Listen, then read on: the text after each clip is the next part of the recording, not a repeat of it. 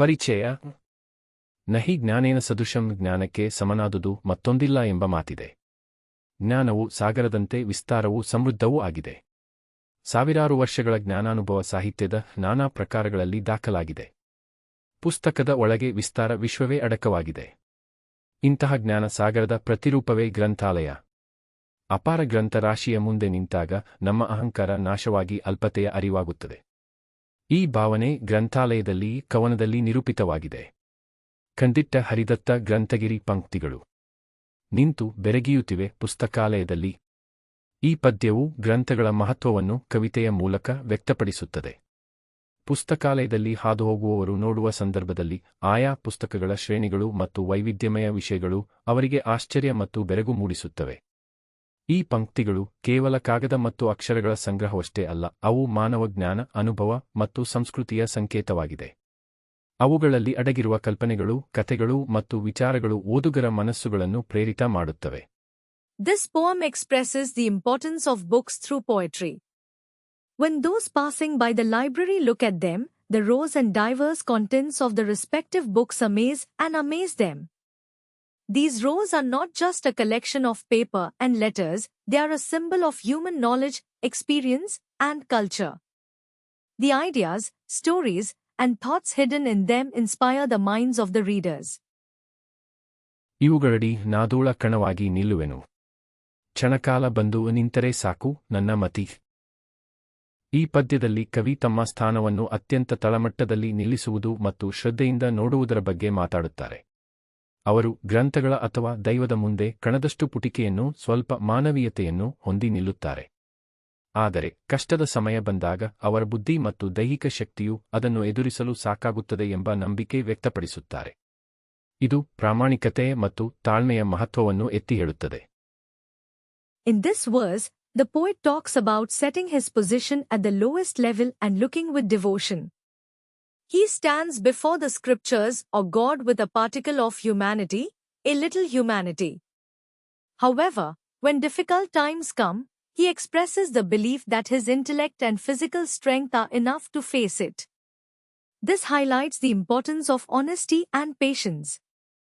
ಮುದುಡಿ ಹೋಗುವುದಿಲ್ಲಿ ನನ್ನ ಅಹಂಕಾರವನು, ನುಚ್ಚು ನೂರಾಗಿಸುವುದೀ ತಾಣ ಅಪ್ಪಳಿಸಿ. ಈ ಪದ್ಯದಲ್ಲಿ ಕವಿ ಅಹಂಕಾರದ ನಾಶವನ್ನು ವರ್ಣಿಸುತ್ತಾರೆ. ಜೀವನದ ತಟಸ್ಥ ಘಟನೆಗಳು ಅಥವಾ ಬಿರುಗಾಳಿಗಳು ತಮ್ಮ ಅಹಂಕಾರದ ಮುಡುಡಿಗೆ ತಾಕುವುದಿಲ್ಲ ಎಂದು ಕವಿ ಹೇಳುತ್ತಾರೆ. ಆದರೆ ಈ ತಾಣ ಅಥವಾ ಸಂಕಷ್ಟಗಳು ತಮ್ಮ ಅಹಂಕಾರವನ್ನು ನೂರಾರು ತುಂಡುಗಳಾಗಿ ಚೂರು ಚೂರು ಮಾಡುವ ಶಕ್ತಿ ಹೊಂದಿವೆ. ಇದು ಅಹಂಕಾರದ ವ್ಯರ್ಥತೆಯನ್ನು ಮತ್ತು ಕಷ್ಟಗಳು ವ್ಯಕ್ತಿಯನ್ನು ತೀರ್ಥವಾಗಿ ಮಾಡುವ ಮೂಲಕ ತಾವು ಪಡೆದ ಉನ್ನತಿಯಲ್ಲಿ ತಾವೇ ಮುಳುಗಬೇಕಾದ ಸಂಕೇತವನ್ನು ಸೂಚಿಸುತ್ತದೆ. In this verse, the poet describes the destruction of ego. The poet says that the neutral events or storms of life cannot touch the core of his ego. However, these places or hardships have the power to shatter his ego into hundreds of pieces. This indicates the vanity of ego and the need to immerse oneself in the elevation one has gained through hardships. ಒಳಗೆ ಬಂದೆನೋ ಬೇಗ ಹೊರಗೆ ಓಡುವ ತವಕ, ಏಕೆನಲು ಬೆದರುವೆನು ನನಗಿಲ್ಲಿ ಬಹಳ ಏಕೆ. ಈ ಪದ್ಯವು ಒಂದು ವ್ಯಕ್ತಿಯ ಅಸ್ಥಿರ ಮನಸ್ಸು ಮತ್ತು ಸ್ಥಳೀಯ ಸಮತೋಲನದ ಅಭಾವವನ್ನು ವ್ಯಕ್ತಪಡಿಸುತ್ತದೆ. ಕವಿ ಗ್ರಂಥಾಲಯವನ್ನು ಪ್ರವೇಶಿಸಿದ ತಕ್ಷಣವೇ ಹೊರಗಡೆ ಓಡುವ ತವಕವನ್ನು ತಿಳಿಸುತ್ತಾರೆ. ಅಲ್ಲಿ ನಂಬಿಕೆಯನ್ನು ಸ್ಥಾಪಿಸಲು ಸಾಧ್ಯವಾಗುವುದಿಲ್ಲ. ಈ ಅಸ್ಥಿರತೆಯ ಕಾರಣ ಏನು ಎಂಬುದಾಗಿ ಸ್ವಯಂ ಪ್ರಶ್ನೆ ಮಾಡುತ್ತಾ ತಮ್ಮ ನೆಲೆಯ ಮೇಲಿನ ಭಯವನ್ನು ಅಥವಾ ಅಸಾಧಾರಣ ಸ್ಥಿತಿಯನ್ನು ಪ್ರತಿಬಿಂಬಿಸುತ್ತಾರೆ.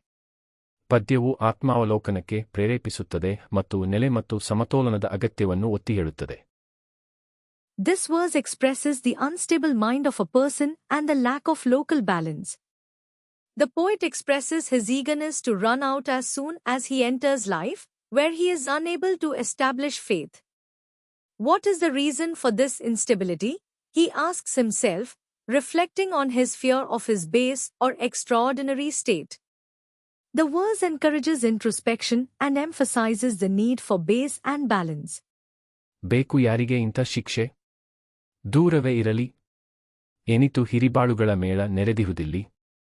ಈ ಪದ್ಯವು ಮಾನವೀಯ ಜೀವನದಲ್ಲಿ ದುಃಖ ಮತ್ತು ಶಿಕ್ಷೆಯ ಕುರಿತು ಕವಿಯ ಅಸಹನೆ ಮತ್ತು ಬೇಸರವನ್ನು ವ್ಯಕ್ತಪಡಿಸುತ್ತದೆ.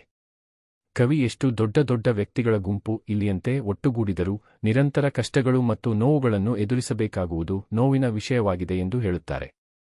ಇಂಥ ಶಿಕ್ಷೆಯನ್ನು ಯಾರಿಗೂ ಬೇಕಾಗಿಲ್ಲ, ಅದು ಎಲ್ಲರ ಬದುಕಿನಿಂದ ದೂರ ಇರಲಿ ಎಂಬ ಆಶಯವು ಇಲ್ಲಿ ವ್ಯಕ್ತವಾಗುತ್ತದೆ. ಪದ್ಯವು ಮಾನವೀಯತೆಯ, ಸಹಾನುಭೂತಿಯನ್ನು ಮತ್ತು ಸಾರ್ಥಕ ಜೀವನದ ಅಪೇಕ್ಷೆಯನ್ನು ಪ್ರತಿಬಿಂಬಿಸುತ್ತದೆ. This verse expresses the poet's impatience and boredom with the suffering and punishment in human life.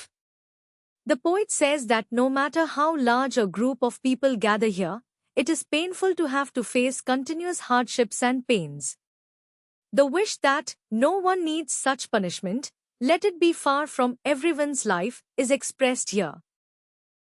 The poem reflects the compassion of humanity and the desire for a meaningful life. ಈ ಗ್ರಂಥಗಳು ಅಂಥ ಬಾಳುಗಳ ಪಳೆಯುಳಿಕೆ ಇವ ಕಂಡು ಮೂಲವನ್ನು ಚಿತ್ರಿಸಲು ಯತ್ನಿಸುವೆ. ಈ ಪದ್ಯವು ಕವಿ ಪಾಠಶಾಲೆಯ ಗ್ರಂಥಗಳನ್ನು ಬಾಳಿನ ಪಳೆಯುಳಿಕೆಗಳಂತೆ ನೋಡುತ್ತಾರೆ ಎಂಬುದನ್ನು ತೋರ್ಪಡಿಸುತ್ತದೆ.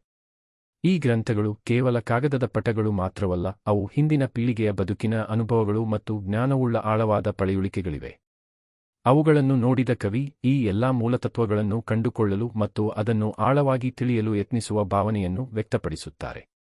ಪದ್ಯವು ಪಾಠಶಾಲೆಯ ಗ್ರಂಥಗಳಿಗೆ ಹೊಸ ದೃಷ್ಟಿಕೋನವನ್ನು ನೀಡುತ್ತಾ ಅವುಗಳ ಮಹತ್ವವನ್ನು ಒತ್ತಿ ಹೇಳುತ್ತದೆ. This poem shows that the poet sees the school books as the fossils of life. These books are not just paper scrolls, they are deep fossils of the experiences and knowledge of the life of the previous generation. Having seen them, the poet expresses the feeling of trying to find all these fundamental principles and understand them deeply. The poem gives a new perspective to the school books and emphasizes their importance. ಕಡೆಗೆ ನಿಲ್ಲುವೆ ವಿಶ್ವರೂಪಾವಲೋಕನದಿ.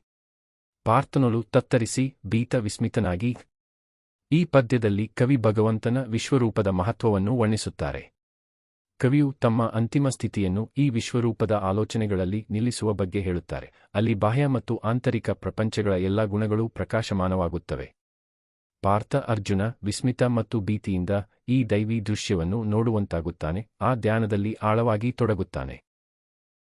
ಈ ಪದ್ಯವು ದೇವರ ಅಸೀಮ ಶಕ್ತಿ, ಆಕರ್ಷಣೆ ಮತ್ತು ಭಯಭಕ್ತಿಯ ಪ್ರಭಾವವನ್ನು ತೋರಿಸುತ್ತದೆ. ಜೀವನದ ಉನ್ನತ ಗುರಿಯನ್ನು ತಲುಪಲು ಮಾನವನು ಯಾವ ಸ್ಥಿತಿಗೆ ಹೋಗಬೇಕು ಎಂಬುದನ್ನು ಸೂಚಿಸುತ್ತದೆ.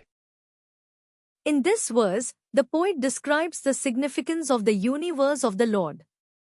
The poet speaks of his final state of being in contemplation of this universe, where all the qualities of the external and internal worlds become luminous.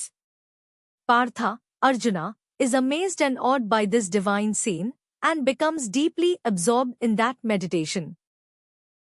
This verse shows the immense power, attraction, and awe of God, indicating the state to which a human being must go in order to reach the highest goal of life. Dear students, if you find these lessons explained is helpful, please share this video with your friends. Subscribe to our channel for simple and clear lesson explanations. Check the description for links to other lesson summaries and join our WhatsApp channel for daily Kannada and Hindi lessons, useful phrases and grammar tips. Start learning today and speak confidently.